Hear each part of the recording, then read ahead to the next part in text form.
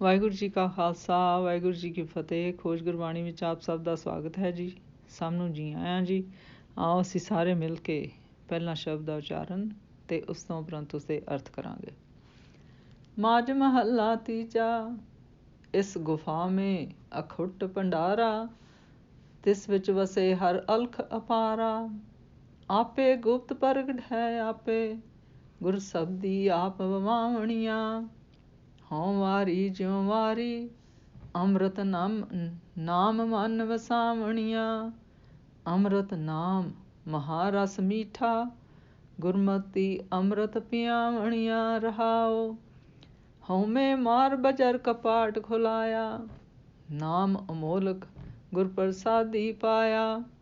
ਬਿਨ ਸਬਦੇ ਨਾਮ ਨ ਪਾਏ ਕੋਈ, ਗੁਰ ਕਿਰਪਾ ਮਨ ਵਸਾਵਣੀਆਂ। ਗੁਰ ਗਿਆਨ ਅੰਜਨ ਸਚ ਨੇਤਰੀ ਪਾਇਆ, ਅੰਤਰ ਚਾਨਣ ਅੰਗਿਆਰ ਅਗਿਆਨ ਅੰਧੇਰ ਗਵਾਇਆ। ਜੋਤੀ ਜੋਤ ਮਿਲੀ ਮਨ ਮਾਨਿਆ, ਹਰ ਦਰ ਸੋਭਾ ਪਾਵਣੀਆਂ। ਸਰੀਰੋਂ ਭਾਲਣ ਕੋ ਬਾਹਰ ਜਾਏ, ਨਾਮ ਨ ਲਹੇ ਬਹੁਤ ਵੇਗਾਰ ਦੁਖ ਪਾਏ। ਮਨਮੁਖ ਅੰਧੇ ਸੂਝੇ ਨਾਹੀ, ਫਿਰ ਕਰ ਆਏ ਗੁਰਮੁਖ ਵਤ ਪਾਵਣੀਆਂ। ਗੁਰ ਪ੍ਰਸਾਦੀ ਸੱਚਾ ਹਰ ਪਾਏ, ਮਨ ਤਨ ਵੇਖੇ ਹਉਮੈ ਮੈਲ ਜਾਏ। ਬੈਸ ਸਥਾਨ ਸਦਾ ਹਰ ਗੁਣ ਗਾਵੇ, ਸਬਦੇ ਸ਼ਬਦ ਸਮਾਵਣੀਆਂ। ਨੌ ਦਰ ਠਾਕੇ ਧਾਵਤ ਰਹਾਏ, ਦਸਵੇਂ ਨਿਜ ਘਰ ਵਾਸਾ ਪਾਏ। ਉੱਥੇ ਅਨਹਦ ਸ਼ਬਦ ਵਜੇ ਦਿਨ ਰਾਤੀ, ਗੁਰਮਤੀ ਸ਼ਬਦ ਸੁਣਾਵਣੀਆਂ। ਬਿਨ ਸਬਦੇ ਅੰਤਰ ਆਨੇਰਾ, ਨਾਮ ਵਸਤ ਲਹੇ ਨ ਚੂਕੇ ਫੇਰਾ। ਸਤਿਗੁਰ ਹੱਥ ਕੁੰਜੀ ਹੋਰਥ ਦਰ ਖੁੱਲੇ ਨਾਹੀ, ਗੁਰ ਪੂਰੇ ਭਾਗ ਮਿਲਾਵਣੀਆਂ। ਗੁਪਤ ਪ੍ਰਗਟ ਤੂੰ ਸਭਨੀ ਥਾਈ, ਗੁਰ ਪ੍ਰਸਾਦੀ ਮਿਲ ਸੋਝੀ ਪਾਈ। ਨਾਨਕ ਨਾਮ ਸਲਾਹ ਸਦਾ ਤੂੰ, ਗੁਰਮੁਖ ਮਨ ਵਸਾਵਣੀਆਂ। ਗੁਪਤ ਪ੍ਰਗਟ ਤੂੰ ਸਭਨੀ ਥਾਈ, ਗੁਰ ਪ੍ਰਸਾਦੀ ਮਿਲ ਸੋਝੀ ਪਾਈ। ਨਾਨਕ ਨਾਮ ਸਲਾਹ ਸਦਾ ਤੂੰ, ਗੁਰਮੁਖ ਮਨ ਵਸਾਵਣੀਆਂ। ਗੁਰੂ ਜੀ ਕਹਿੰਦੇ ਹਨ ਕਿ ਇਸ ਕਾਇਆ ਰੂਪੀ ਗੁਫਾ ਵਿੱਚ ਇੱਕ ਅਤੁੱਟ ਸਦਾ ਚੱਲ ਰਿਹਾ ਭੰਡਾਰਾ ਹੈ, ਭਾਵ ਇੱਕ ਖਜ਼ਾਨਾ ਹੈ, ਜਿਸ ਦਾ ਮਾਲਕ ਉਹ ਹਰ ਆਪ ਹੈ।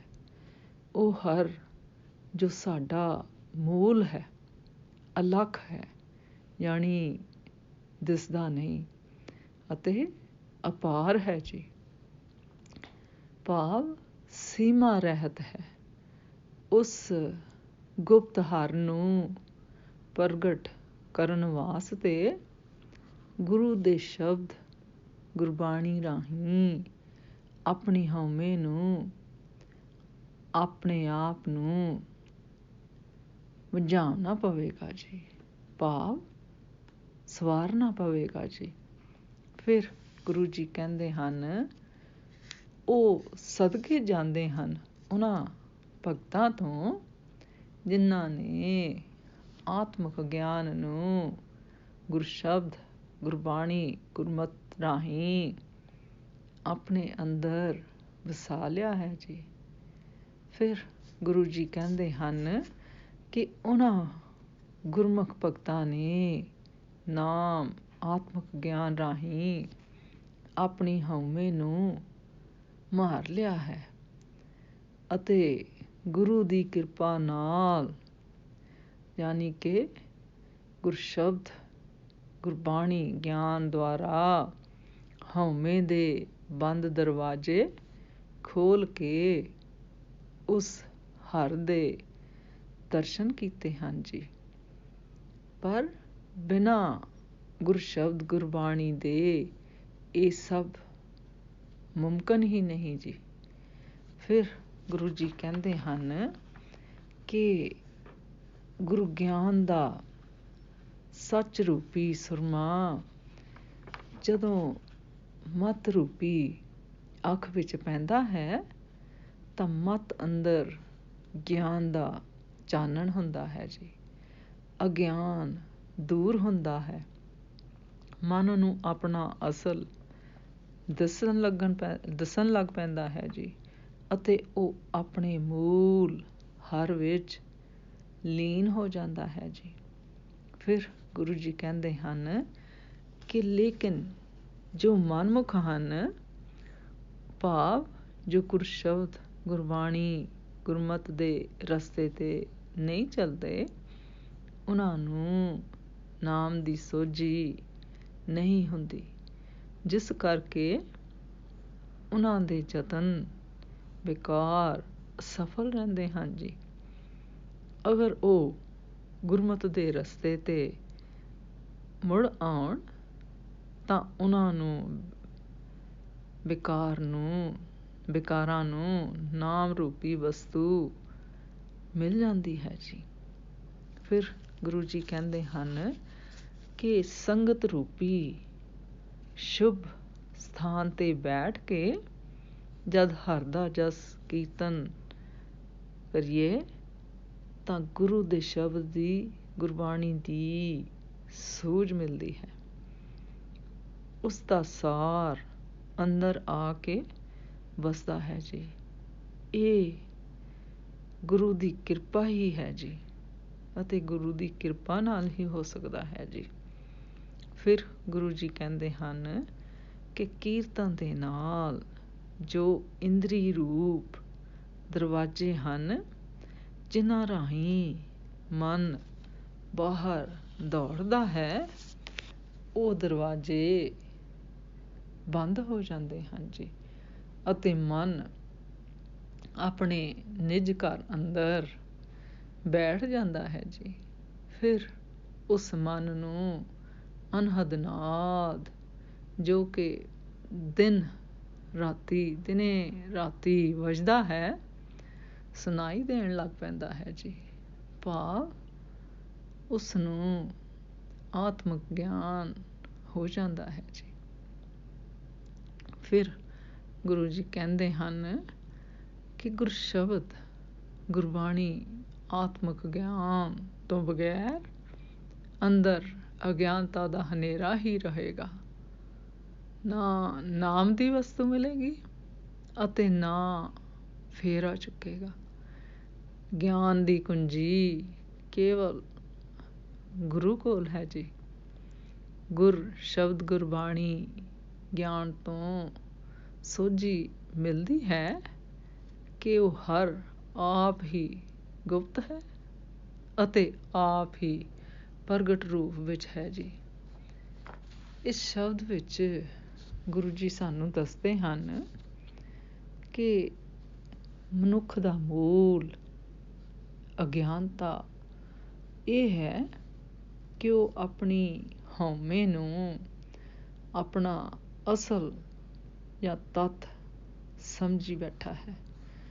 ਇਸ ਭੁਲੇਖੇ ਕਰਕੇ ਉਸ ਦੀ ਸਾਰੀ ਊਰਜਾ ਬਾਰ-ਬਾਰ ਮਾਇਆ ਰੂਪੀ ਵਿਕਾਰਾਂ ਵਾਲੇ ਸੰਸਾਰ ਵੱਲ ਮੋਹਿਤ ਹੁੰਦੀ ਰਹਿੰਦੀ ਹੈ ਜੀ।